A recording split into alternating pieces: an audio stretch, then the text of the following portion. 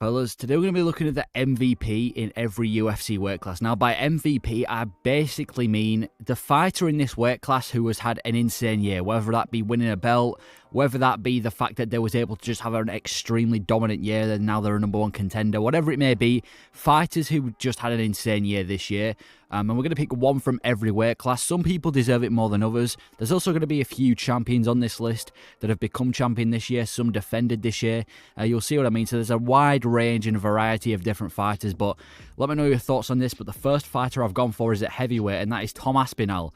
I think Tom Aspinall's had an insane year. Now, John Jones obviously returned this year, but he had a fight against Cyril Gane and finished him, and that's it. That's all he's done.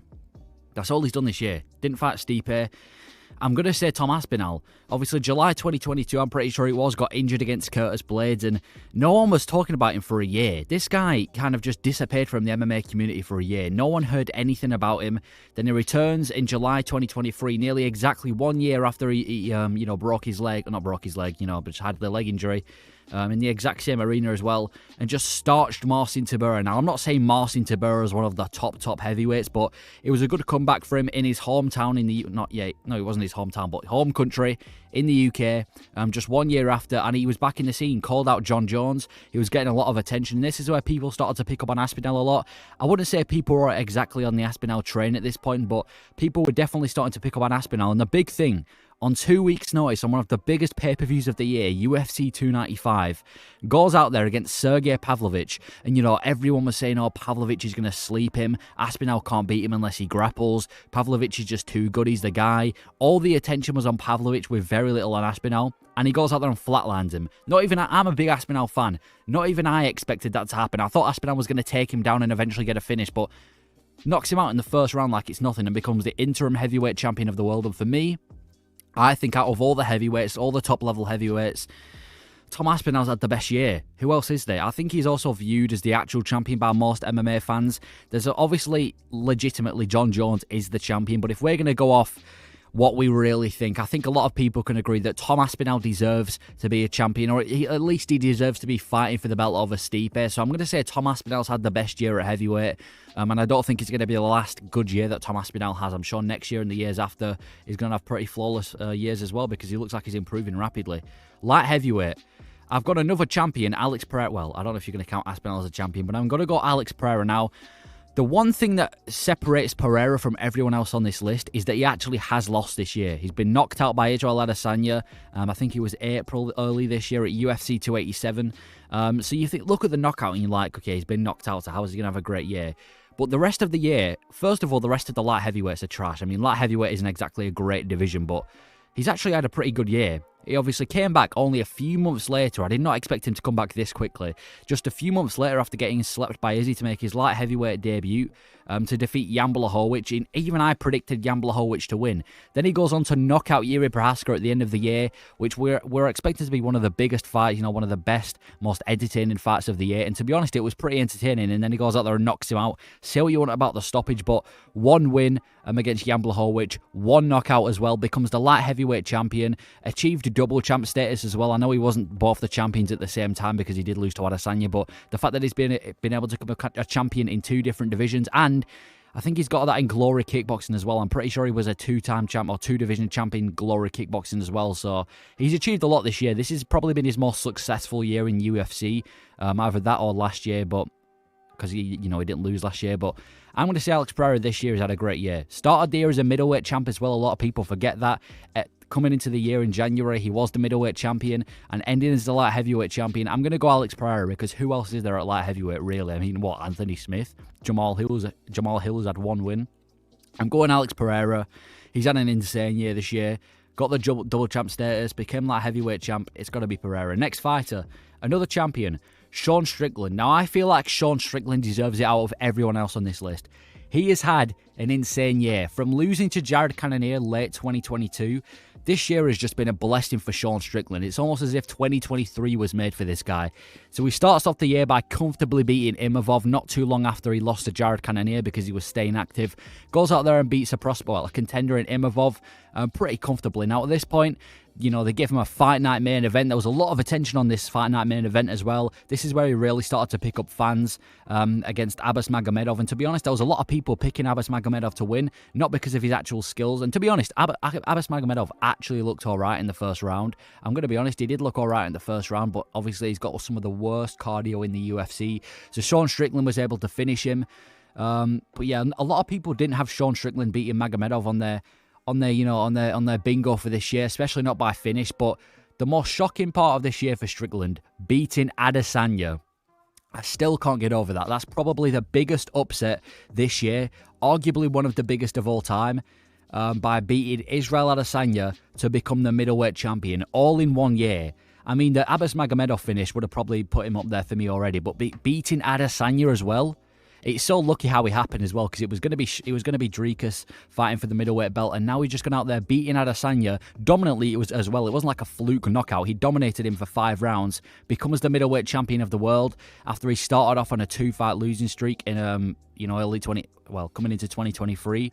So Sean Strickland, I'm gonna say 100% out of all the middleweights, this is his year. Welterweight, I'm going to go Leon Edwards. Now, originally I was going to go with Shavkat because he's had a decent year. I mean, he started off the year on the Jones card by finishing Jeff Neal, ends it off by finishing Wonderboy and securing himself a title shot. But I'm going to go Leon Edwards. Now, this isn't just bias. He's had a great year. You can't deny it. He started off the year by defending against Kamaru Usman. Now, a lot of people, you've got to admit, there were so many people going into the Usman fight that were saying Leon Edwards, it was a fluke head kick knockout. When he goes 5 rounds with Usman and he doesn't land the knockout, he's going to get destroyed. He goes 5 rounds against Usman and beats him by decision, and it wasn't a robbery or anything like that. It was a pretty clear decision in front of the UK as well, in front of his hometown, well, not hometown, but in front of his home country against the pound-for-pound former champion. Great defense for Leon Edwards already. A lot of people already, started hopping on the Leon train because everyone was saying it was a fluke knockout. Also became the first UK fighter to defend the UFC title in the USA against Colby Covington. Again, a lot of people picking Covington. I'd say the majority of people were picking Leon, but there were so many people, especially on Twitter, all the Colby fans picking Colby to win, saying he's going to dominate Leon, and then he goes out there and beats Covington, not in the most interesting fight, but in a pretty comfortable and dominant fashion. He's also equalized or equaled GSP's divisional record for the most consecutive wins. Now, I know technically the Bilal Muhammad no contest ruins that, but that's just boring. If we're getting rid of his win streak because of an eye poke, that's just boring. I like to view no contests as fights that didn't happen. So, in my eyes, he's still got the winning streak, and he's one of the best pound-for-pound fighters right now. Coming into the year, he was already champ. Ending off the year as champ, and he's defended it twice. A lot of people like to say he's inactive, and I don't really know where they get that idea from, because two defenses a year is pretty average for a UFC champion. But no, Leon Edwards, pretty decent year this year for him. Obviously the 2 defenses, especially the records that he set as well. So for welterweight, I'm going to go Leon Edwards. He's had a great year, and I can't wait from 2024.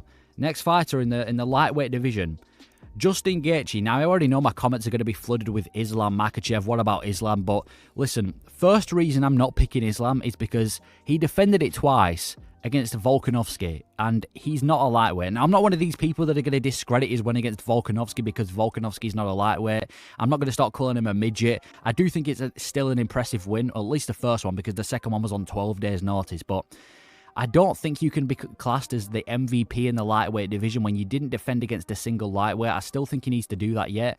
Not that the Volkanovski wins should be taken away from him, but also as well, I don't think 2023 necessarily stands out for Islam. I think he's had a lot of good years. Obviously, the Bobby Green win last year, beating Oliveira as well. So I'm going to go Justin Gaethje to make it fair, because it begins the year on the same card as the Usman and Leon Edwards card by beating Rafael Fiziev, another up-and-coming contender, in front of England in one of the best fights this year.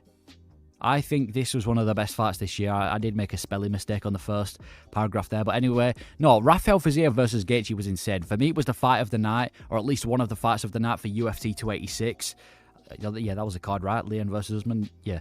No, one of my fights of the night, this one, Justin Gaethje Fiziev. It actually started off, and I feel like Fiziev was definitely winning the first round. He was beating him with the kicks. Gaethje wasn't really able to find his rhythm, but then ending off the fight, and as the fight progressed, it just became more of a Justin Gaethje fight, and by the end, it was just domination in the last round, and Justin Gaethje came off with a win. So fair play to him. Pulled off another win after he'd lost to Oliveira, and then the big win for him, headlines a pay-per-view against Dustin Poirier in July, which was one of the most stacked cards we've had this year. As an underdog as well, there were so many people, again, including myself, that picked Poirier to beat Justin Gaethje, and he didn't just win by decision. He didn't just get a close win. He knocks him out cold, flatline KOs him. And that's definitely what's secured him a title shot now, because he's guaranteed a title shot. I'm pretty sure they're trying to make Islam versus Gaethje next instead of Islam versus Oliveira, and he's also the BMF champion. So for me, Justin Gaethje's had an insane year, and I think this year definitely stands out for him. 2 wins, got the BMF belt, got a brutal knockout, and had a war. It's been a great year for Justin Gaethje, so I'm going to say for lightweight, Justin Gaethje's the MVP for this division. Featherweight, Max Holloway. Before everyone starts saying Volkanovski's had 1 win against Yair Rodriguez, so I'm not going to count that. There's not really any other contenders. I mean, again, Ilia Topuria 1 win against Josh Emmett, so I'm going to go for Holloway. Now, again, kind of like with Islam, it isn't like 2023 necessarily stands out for Holloway as being an insane year. I feel like he's kind of forgotten about after the fight nights have gone over, because obviously a lot of the attention is on Volkanovski, but Holloway's had a great year. Starts off the year after a failed title shot in 2022, he starts off the year this year by beating Arnold Allen. He was undefeated in the UFC going into the fight, was Allen, and a lot of people picking Allen to win. He's this scrapper, he's younger. People were saying that this is going to be Holloway's fight where he starts going on a bit of a downfall, and it was a fun fight throughout. It was a fun striking matchup, especially the 5th round where they both went for it, or at least Arnold went for it and ended up getting dropped. So he shuts down a contender in Arnold Allen. And then progressing the year, fights Korean Zombie on a Fight Night main event. Now, was it a bit of an unfair matchup? Yes, it was Korean Zombie at the end of the day, but then goes out there, sleeps Korean Zombie, which, again, that fight was a scrap. In fact, there were points where I actually thought Korean Zombie was going to get him. He was going to clip him. And then, obviously, if Holloway being Holloway goes out there and sleeps him in front of a great crowd. That crowd in Singapore was insane, by the way. Sleeps him in front of a crowd, and he's pretty much solidified himself, I think it's fair to say, as the #1 featherweight in the world whenever Volk is gone. Like, if Volkanovski doesn't exist, Holloway is the #1 featherweight in the world. If Volkanovski was to retire, it's without a doubt Holloway would be fighting for the belt. So featherweight for me this year has been Max Holloway. He's had a great year this year, and we might actually see him fight for the belt soon. Well, after Ilia Topuria and, maybe an Evloev as well, but he's definitely on track to another title shot. I'm not sure about Volkanovski because he's already lost to him 3 times. But anyway, Bantamweight, Sandhagen. Yeah, O'Malley's another good shout for this year. Slept Aljo, became champion, but I'm going to go Sandhagen because I feel like a lot of people's opinions changed on Sandhagen going into this year. Obviously, he did beat Song Yudong in 2022 as well, but I feel like Sandhagen, we've seen it, we view him as a completely different fighter, and that's because of his grappling. We always knew he didn't have terrible grappling, but this year he's really been able to put it on display, and he's been able to show that he can grapple against the top guys. Well, he hasn't fought them yet, but he's shown that he has the skills to hang in there with the top guys, like Merab, like Aljo. I mean, he has fought Aljo before and lost, but at least nowadays, even in Nurmagomedov, who he was scheduled to fight already. So for Sandhagen, he starts off the year comfortably beating Marlon Vera in a Fight Night main event where a lot of people were picking Vera to win, especially by knockout, because Vera managed to beat Cruz, and some people thought, Cruz and Sandhagen are on the same page when it comes to skills. But he goes out there, doesn't just beat Marlon Vera, but dominates him for me. I'm pretty sure he only won by split decision, which was a robbery, even though he won, because I feel like it should have been more than just a split decision. Goes out there, shows his grappling skills, also beats Marlon Vera on the feet, in my opinion, and a pretty dominant win for Corey Sandhagen to start the year. I still don't understand how Vera's got a title shot from that, but then moves on to the Rob Font fight. Now, he was scheduled for Nurmagomedov, then Rob Font came in after a brutal knockout over Adrian Yanez, and he just, again, out-grapples Rob Font with absolute ease, even with an injured arm. That's why he's not fighting for the belt now, because he has got an injured arm, but he out-grapples Rob Font with ease and ends the year, showed that he's an extremely balanced fighter, a legitimate contender, and I reckon this guy's 1 win away. I don't know who it's going to be against, but this guy is only one win away from a title shot, in my opinion. So, Bantamweight, I'm going Corey Sandhagen. And finally, Flyweight, I'm going back to the champions, Pantoja. This guy's story's been insane. He went from he went from being an Uber driver to get money while he was in the UFC, and then this year just became a champion. It's been a great year for Pantoja. This guy wasn't really known before the Moreno fight. I mean, he was just viewed as another contender. No one really thought anything of him, but now there's been a lot more attention on him, especially with his fight with Moreno. Flyweight, Moreno was the guy. Moreno was the guy, everyone knew him, everyone kind of liked him, and then he goes out there against Moreno at UFC 290 in one of the greatest fights this year. That was an absolute scrap, one of my favourite fights this year, and becomes the flyweight champion, takes it off Moreno after an absolute scrap between them both. And his story just insane. Then he goes out there later this year, I mean only this weekend actually, dominates and defends the belt against Brandon Royval. That grappling was so dominant in that fight. He just showed that there's levels to him and Royval when it comes to grappling. Ends the year off, picks up a defense, and he actually looks quite unstoppable at flyweight. I can't look at anyone in the flyweight division right now and say that they can beat Pantoja with ease. Pantoja looks quite unstoppable right now. He has got a couple holes in his striking here and there and his gas tank, but a couple improvements here and there, and I think this guy could genuinely be an unstoppable lightweight. So for flyweight, not lightweight, flyweight, but flyweight, I'm going to go with Pantoja, and that for me is the MVP in every UFC weight class in 2023. Let me know if you agree or if you have any other takes, but this is my opinion for the MVPs, and thank you for watching.